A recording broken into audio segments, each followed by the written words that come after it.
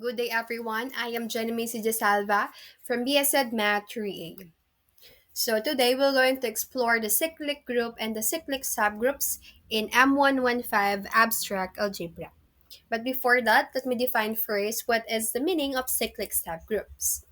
Let G be a group and let A is an element of G, then the subgroup A raised to n such that n is an element of integer of G is called the cyclic subgroup of G generated by A and denoted by element of A. So we have here the improper subgroup. Now we're going to prove if this subgroup is a cyclic subgroups. So we have the element J, O, U, R, and E, Y, S, 1, 2, 3, 4, 5, 6, 7, and 8. So let's proceed first to our first element, J. So J star J is equal to J. So if if we will going to repeat it to operate, we will still come with the same answer, which is J. So next we have the next element O. So O star O is equal to U, and O star U is equal to R. Then O star R is equal to N. O star N is equal to E. O star E is equal to Y. O star S is equal to J. And then O star J is equal to O. So therefore, we're going to stop on that pace because we will just continue na makukuha yung same outcome. Next, we have the letter U. U star U is equal to N. U star N is equal to Y. And then U star Y is equal to J. As you can observe, nakuha na natin yung identity element. So we can now stop na mag-operate. Then proceed na tayo sa next letter, which is yung R. R star R is equal to Y. R star Y is equal to O. R star O is equal to N. R star N is equal to S. R star S is equal to U. R star U is equal to E. And R star E is our identity element, which is J. The next letter, we have the letter N. N star N is equal to J. And this is the identity element. So it means we have only two elements in here. Next, we have the letter E. E star E is equal to U, and E star U is equal to S. E star S is equal to N. E star N is equal to O. E star O is equal to Y. E star Y is equal to R. E star R is equal to J. So, identity element again. Then, let's proceed na sa ating next na letter, which is yung Y. Y star Y is equal to N. Y star N is equal to U. Y star U is equal to J. The next letter, S. S star S is equal to Y. S star Y is equal to E. S star N is equal to R. S star R is equal to U. S star O is equal to J. Identity element. Then, continue the procedure lang from 1, 2, 3, 4, 5, 6, 7, 8. And then, makukuha natin tong mga element na to or tong mga result na yan. So, as you can see, this improper subgroup is not a cyclic subgroup because there is no single element within the group that can generate all the other elements. Okay, next we have the proper subgroups of F sub 2 consisting the element JOUR and EYS under binary operation star. So we're going to operate this one using every element J, O, U, R, and E, Y, and S. So, same lang ng process na ginawa natin kanina. Yung J star J is equal to J, of course.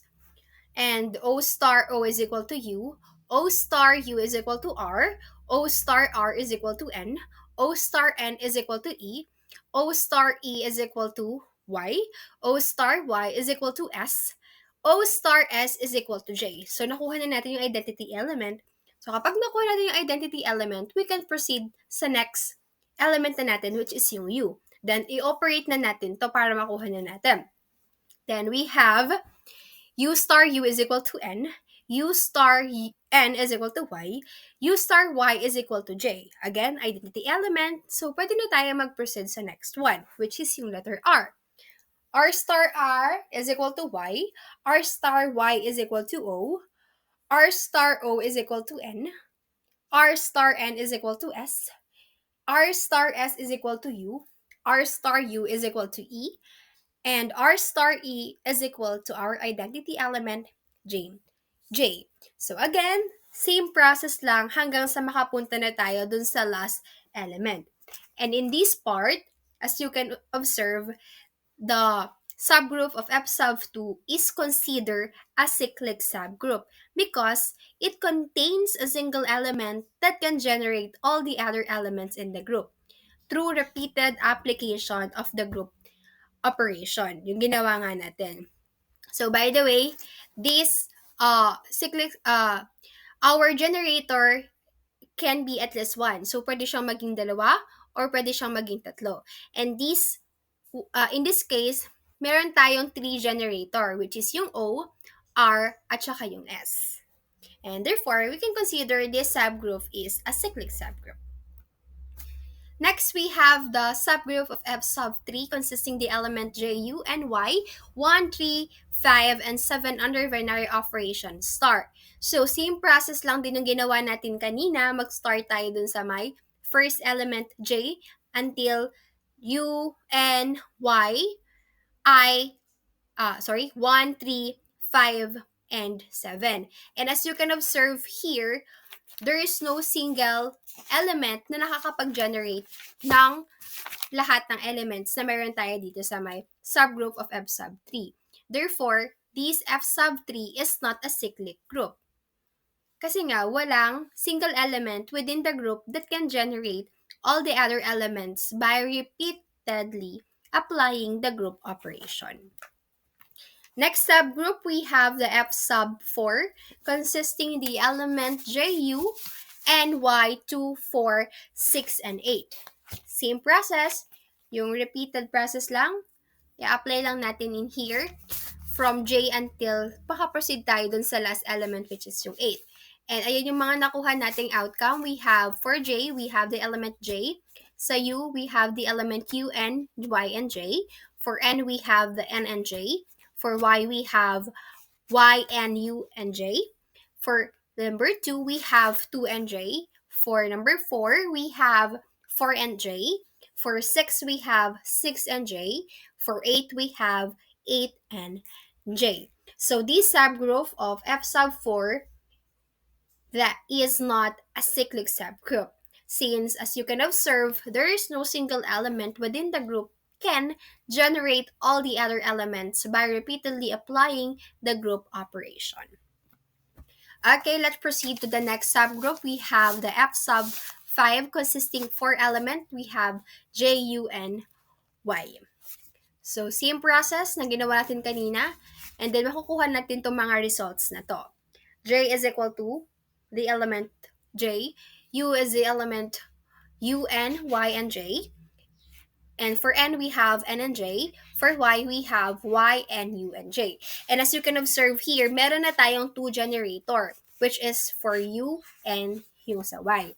Therefore, we can conclude that F5 is considered a cyclic group because it contains a single element that can generate all the other elements in the group.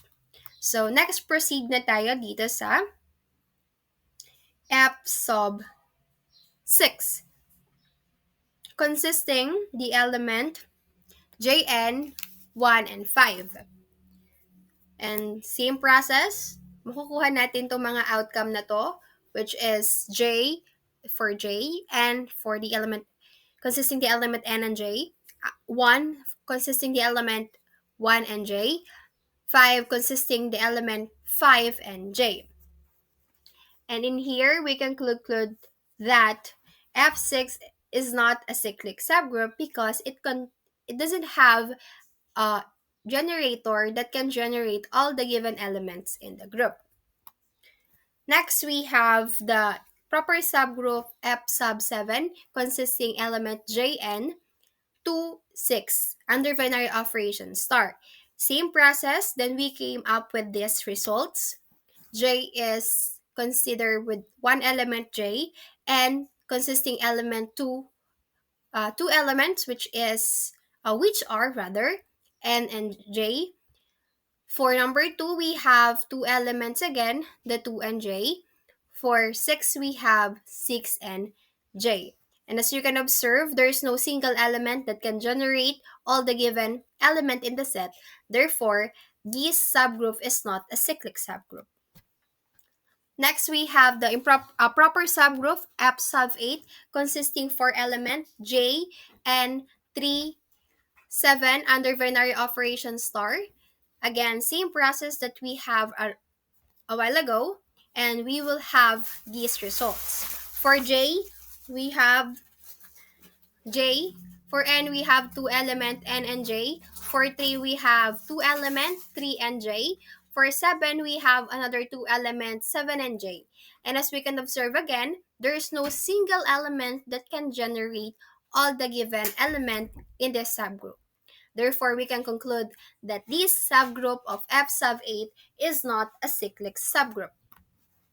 Next, we have F sub 9 consisting the element J and 4 and 8 under binary operation star. So again, same process that we have a while ago, and we will come up with these results. For J, we have the element J. For N, we have two elements, the N and J. For 4, we have two elements again, the 4 and J. For number 8, we have two elements, 8 and J.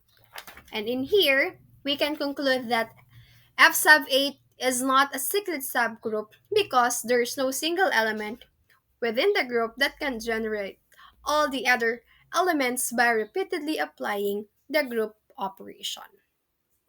Next, we have the F sub 10. Okay, F sub 10, we have two elements Jn under binary operation start. So again, same process that we have a while ago doon sa mga previous na subgroup. Makukuha natin itong outcomes na to. For J, we have J. For N, we have two elements, N and J. And as you can observe, dahil two elements lang siya, and it is obviously that we have our generator in here, which is N. Therefore, this subgroup is a cyclic subgroup since we have a generator that can generate all the elements that we have in a set. Next, we have the F sub 11 consisting two element J and 1 under binary operation star. Same process, i-apply lang natin, then we will have these results. For J, we have the J. For 1, we have 1 and J. And this one is a cyclic subgroup because it contains a single element that can generate all the other elements in the group. Next, we have the F sub 12 consisting two element J and 2 under binary operation star. Same process, we will have these results. J is have J. 2, consider the two elements, the 2 and J. This is also a cyclic subgroup because 2 is our generator and it generates all the elements in the set. Therefore, it is a cyclic group. And for next subgroup, we have the F sub 13 consisting two elements, the J and 3 under binary operation star. Again, same process lang. We have these results. J is equal to the element J. For 3, consisting the element 3 and J. Again, it is obviously we have our generator in this subgroup, and that is 3. Therefore, it is a cyclic subgroup. And next, we have the F sub 14 consisting two elements, the J and 4 under binary operation star. Same process lang, J star J, we came up with the result of J. And for number 4, 4 star 4 is J, 4 star J is 4. And then we come up with this result na meron tayong generator which is yung 4. And therefore, this subgroup of F sub 14 is a cyclic subgroup. For the next one, we have F sub 15 consisting two element J and 5 under binary operation is star. Same results. And we also have here a generator which is the 5. And we can conclude that the subset of F sub 15 consisting element J and 5 under binary operation star is a cyclic subgroup because it has a generator that can generate all the elements in the set. And for F sub 16, we have the element J and 6 under binary operation star. Same process lang na ginawa natin kanina, makukuha natin tong results na to.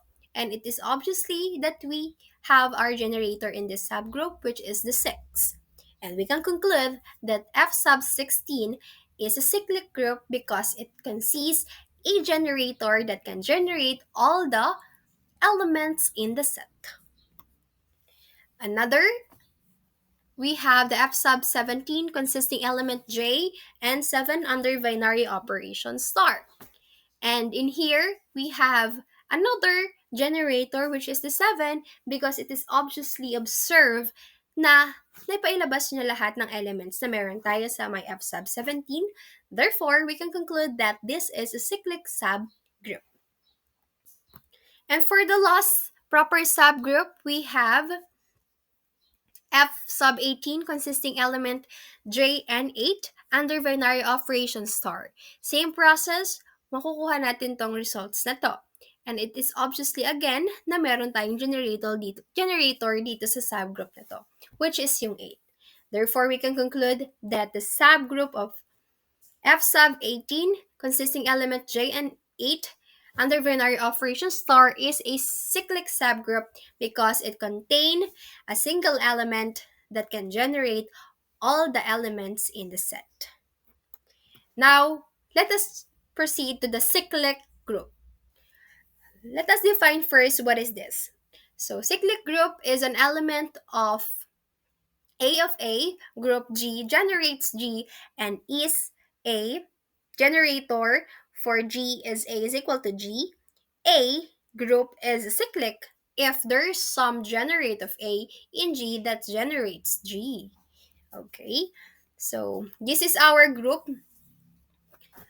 So we have the group of F consisting the element J, O, U, R, N, E, Y, S, 1, 2, 3, 4, 5, 6, 7, 8 under binary operation star. So, same process lang na i-apply natin, which is yung repeatedly, the group operation, and then makukuha natin itong mga results na ito.